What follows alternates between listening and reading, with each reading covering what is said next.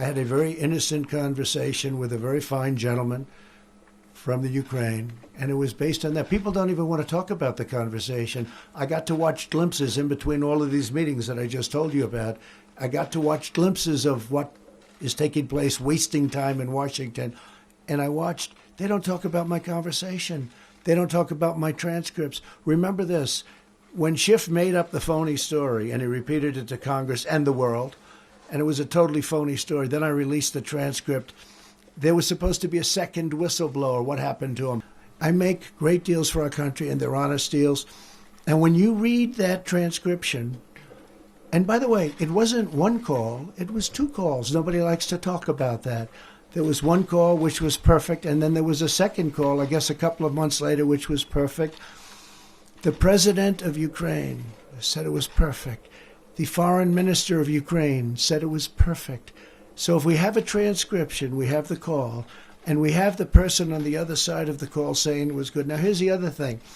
They got their money long before schedule. They got all their money. What nobody says is very important to me. Why isn't Germany paying?